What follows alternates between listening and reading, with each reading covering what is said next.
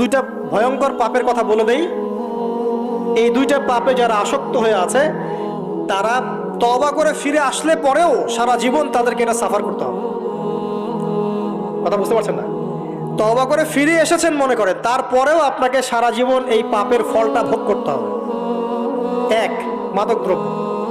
দীর্ঘদিন সেবন করেছেন, তওবা করেছেন, ফিরে এসেছেন, আল্লাহ হয়তো মাফ করে দিয়েছেন, আল্লাহ পাক মাফ করে দিয়েছেন, বাট আপনি আপনার দেহের যে ক্ষতিটা করে ফেলেছেন এটা পোষাতে পারবেন না। এক নাম্বার। দুই, তখন আপনি যদি বিয়ে করেন আপনি স্ত্রীকে সন্তুষ্ট করতে পারবেন না। হ্যাঁ।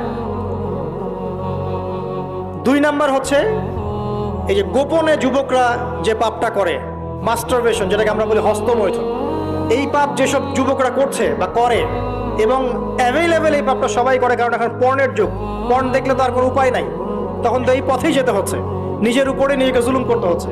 যারা হস্তমৈথুন অভ্যস্ত হয়ে গেছে এরা যদি